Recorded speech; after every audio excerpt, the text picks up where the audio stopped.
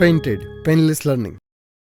આજે આપણે chapter number 5 ધોરણ 9 માં શરૂ કરવાના છીએ કે જેનું નામ છે સજીવનો પાયાનો એકમ. સજીવનો પાયાનો એકમ. અવળો ભાગ છે તમારા બાયોલોજીનો ભાગ છે. ખબર છે ને, વિજ્ઞાનમાં 3 ભાગ છે તમારે. ટોટલ 4 જોઈએ તો મુખ્ય 3 ભાગ છે: બાયોલોજી, ફિઝિક્સ અને કેમિસ્ટ્રી. એમાં બાયોલોજીનો ભાગ છે.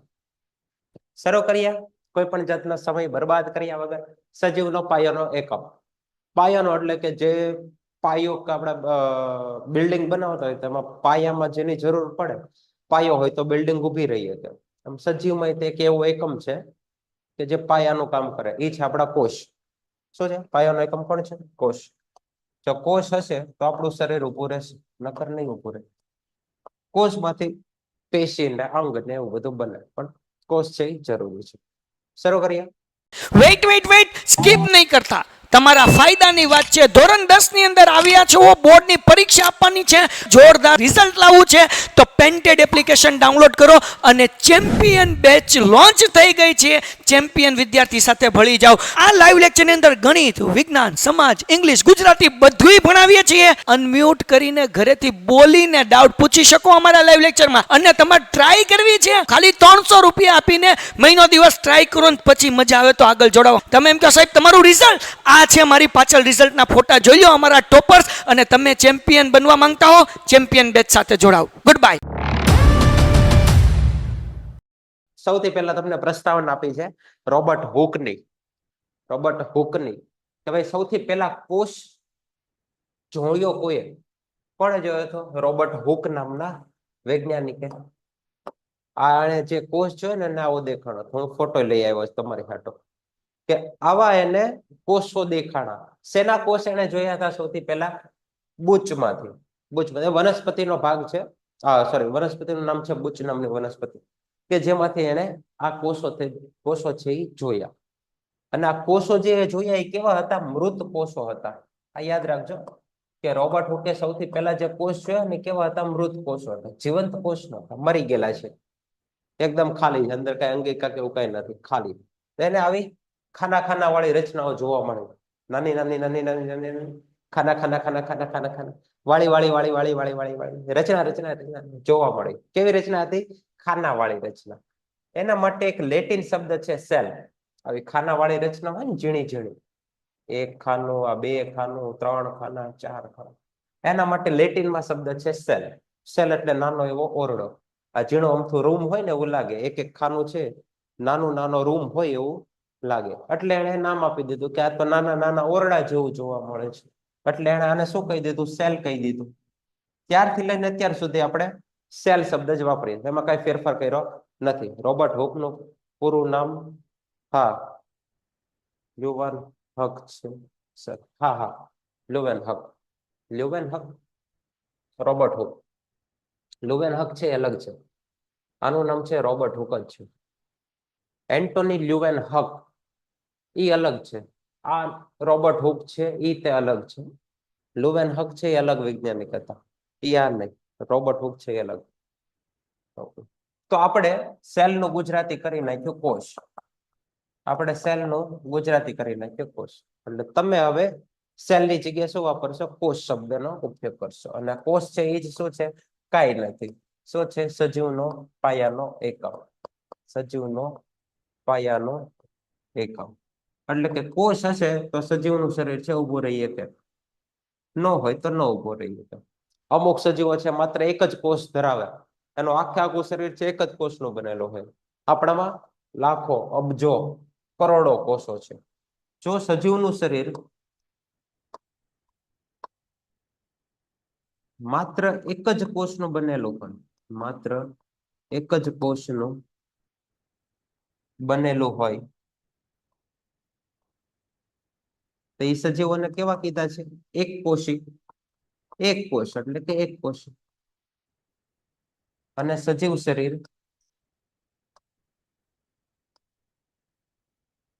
એક કરતા વધારે કોષોનું બનેલું હોય,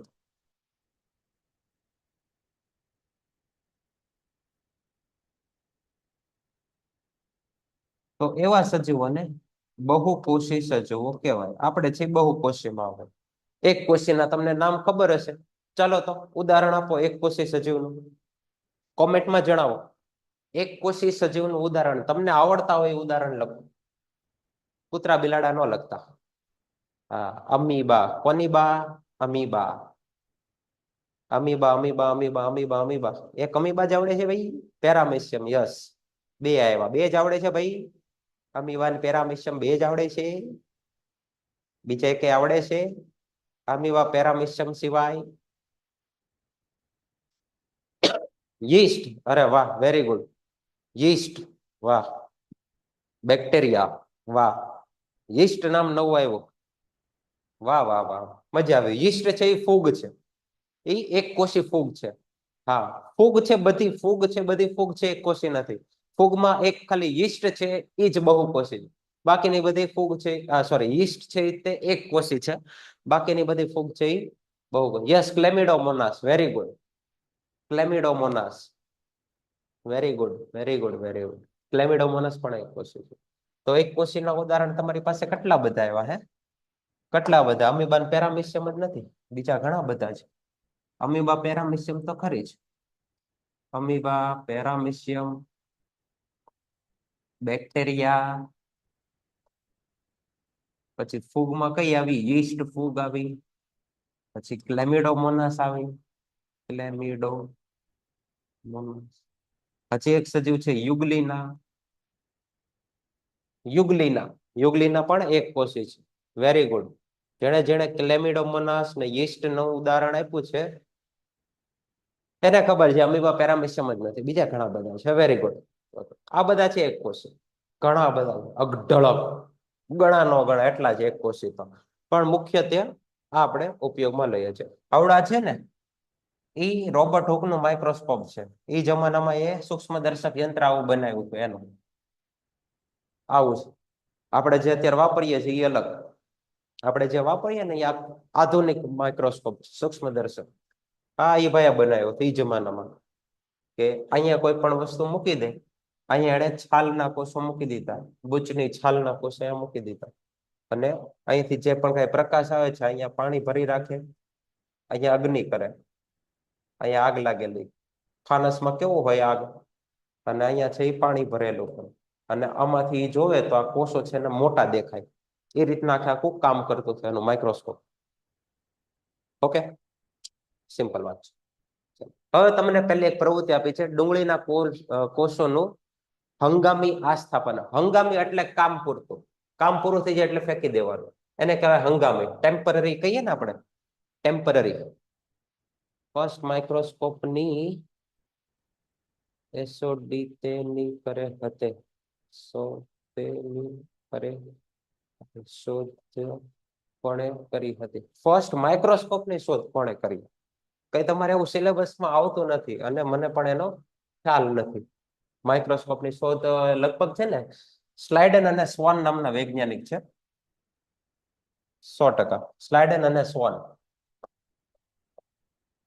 સ્લાઇડન અને સ્વાન, આ બે વૈજ્ઞાનિકોએ માઇક્રોસ્કોપની શોધ કરી સૌથી પહેલા. સ્લાઇડન અને સ્વાન. દેખાય છે? હું થોડીક પેન્સિલ છે મોટી કરી નાખું, અથવા આ પેન્સિલ એટલે તમને દેખાશે. હા, સ્લાઇડન અને સ્વાન, આ બે વૈજ્ઞાનિકોએ માઇક્રોસ્કોપ બનાવ્યો સૌથી પહેલો. પછી એનો ઉપયોગ કરીને છે બીજા વૈજ્ઞાનિકોએ પોતાના માઇક્રોસ્કોપ જાતે બનાવ્યા. અને અત્યારે આપણે છેલ્લું આધુનિકમાં આધુનિક માઇક્રોસ્કોપ કયું છે કોઈને ખબર છે? આધુનિક, સૌથી આધુનિક. એની પછી હજી એમાં કઈ સુધારો નથી થયો. સૌથી આધુનિક માઇક્રોસ્કોપ કેવું કહેવાય ખબર છે? કોમેન્ટમાં જણાવો તો કયું કહેવાય છે ખબર છે તમને? સૌથી આધુનિક માઇક્રોસ્કોપ કે જેમાં તમે પરમાણુ પણ જોઈ શકો છો. આટલું ઝૂમ કરીને દે પરમાણુ તો ઝૂમ તો એ તમને દેખાય. ખબર હોય તો જણાવો. ચાલો જલ્દી જલ્દી કોમેન્ટ કરો. આધુનિક માઇક્રોસ્કોપ સૌથી લેટેસ્ટમાં લેટેસ્ટ માઇક્રોસ્કોપ કયું છે? પતા હે કિસી કો? હે પતા હે? ખબર હોય તો જણાવો. સ્લાઇડન અને સ્વાન, આ સૌથી પહેલા માઇક્રોસ્કોપ એને શોધ્યું. એની પછી આધુનિકમાં આધુનિક અત્યારે જે માઇક્રોસ્કોપ ઉપયોગમાં લેવાય, આપણે કઈ સ્કૂલમાં ત્યાં તો ન હોય, પણ મોટા મોટા રિસર્ચ સેન્ટર હોય કે જ્યાં શોધખોળ થતી હોય, સૂક્ષ્મ દર્શક યંત્ર એ તો માઇક્રોસ્કોપ નું ગુજરાતી છે. સૂક્ષ્મ દર્શક યંત્ર તો માઇક્રોસ્કોપ નું ગુજરાતી છે. અત્યારે જે આધુનિક સૌથી છેલ્લું લેટેસ્ટ માઇક્રોસ્કોપ વાપરવાનો ને છે ઇલેક્ટ્રોન માઇક્રોસ્કોપ. ઇલેક્ટ્રોન માઇક્રોસ્કોપ, જેમાં ઇલેક્ટ્રોન નો ઉપયોગ કરીને વસ્તુ છે મોટી જોઈ શકાય, એટલે એનું નામ ઇલેક્ટ્રોન માઇક્રોસ્કોપ. કરોડો રૂપિયાનું આવે. આપણે લેવું હોય ને તો આપણે બધી પેઢીઓ છે એ વેચાઈ જાય. કરોડો રૂપિયાનું માઇક્રોસ્કોપ આવે, ઇલેક્ટ્રોન માઇક્રોસ્કોપ. આવડું મોટું હોય, આવડું મોટું, અહીંથી હેઠેથી શરૂ કરીને મારી કરતા ઊંચું ઇલેક્ટ્રોન માઇક્રોસ્કોપ. આપણે જે સ્કૂલમાં ની વાપરીએ છીએ ને કયું છે સંયુક્ત માઇક્રોસ્કોપ કહેવાય.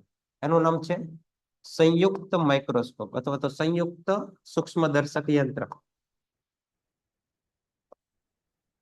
અથવા તો આને કહેવાય છે કમ્પાઉન્ડ માઇક્રોસ્કોપ.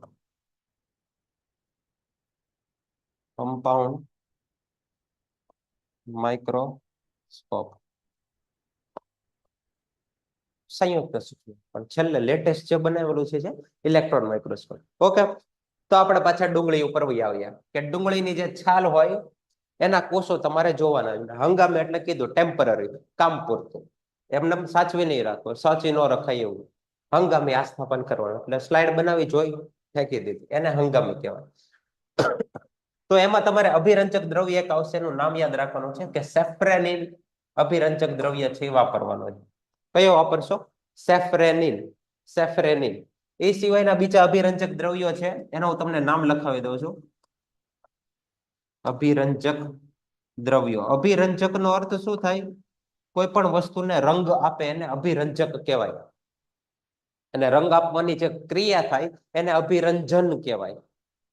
જે ઘટકો અથવા તો જે પદાર્થો કોઈ પણ બીજા કોષો છે, જનરલી કોષોમાં, અથવા તો કોઈ તમારી પાસે દ્રાવણ છે, એને જો રંગ આપે, એનો કલર છે એ બદલી નાખે, એને કહેવાય અભિરંજક. એને કહેવાય અભિરંજક. અને અભિરંજક દ્રવ્યો તરીકે એક તો સેફ્રેનિન આવી ગયું, બીજું કયું છે? Methyl orange. પછી છે મિથિલિન બ્લુ. પછી એક છે આયોડિન. આયોડિન નું દ્રાવણ અથવા તો આયોડિન નું દ્રાવણ. આયોડિન નું દ્રાવણ છે એ પણ એક અભિરંજક દ્રવ્ય છે.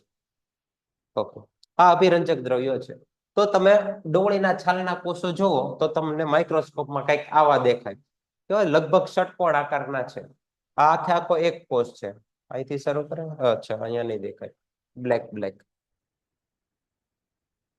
લગભગ છે એ ષટકોણ આકારના તમને જોવા મળે. ષટકોણ. આ એક કોષ થઈ ગયો. દેખાય છે?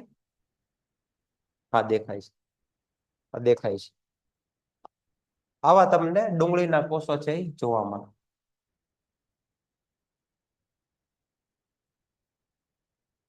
અને અભિરંજક દ્રવ્ય જે તમે વાપર્યું ને, એને કલર કોને આપ્યો છે? કોષ કેન્દ્રને. આવડા છે કોષ કેન્દ્ર છે. દેખાય? બધા કોષ કેન્દ્ર કેવા થઈ ગયા છે? કલર વાળા થઈ ગયા. આ જે કલર આપેલો છે ને મિથિલિન બ્લુ થી કલર આપેલો છે, ભૂરો કલર જે થયો છે ને એ સેફ્રેનિન થી તમે અભિરંજન કરો તો ગુલાબી જેવો કલર મળે.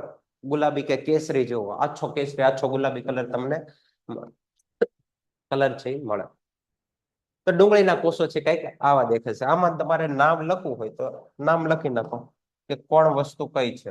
આ તો કલર દેખાશે ને, પીરો લઈ લો, પીરો દેખાશે, પીરો. આને કીધું કોષ કેન્દ્ર. અને વનસ્પતિનો કોષ છે એટલે જે ફરતે દિવાલ આવેલી હોય એને કહેવાય કોષ દિવાલ. અને વચ્ચે જે ખાલી ભાગ તમને જોવા મળે છે બધું, એ શું છે? એનો કોષ રસ છે. કોષ રસ.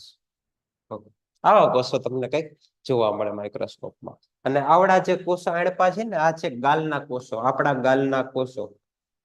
ગાલના કોષો આવા હોય, લગભગ છે એ ગોળાકાર, અથવા તો તમે કહી શકો કે અમીબા જેવા આકારના છે.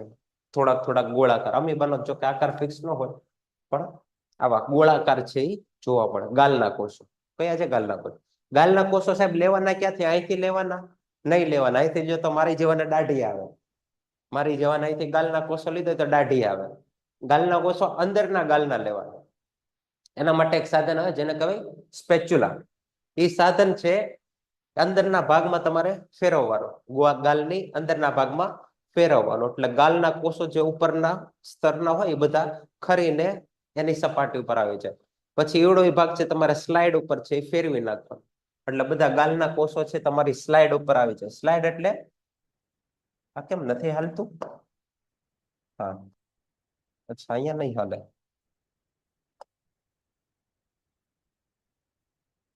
આ રીતના કાચની જે પટ્ટી હોય ને એને સ્લાઇડ કહેવાય. આની ઉપર છે તમારો નમૂના મૂકવાનો. તમે ગાલના કોષો લઈ લીધા, અહીંયા છે એ ફેરવી નાખવાનો, એટલે આ ભાગમાં છે ગાલના કોષો આવી જાય. આને પછી માઇક્રોસ્કોપમાં મૂકી દેવાનું.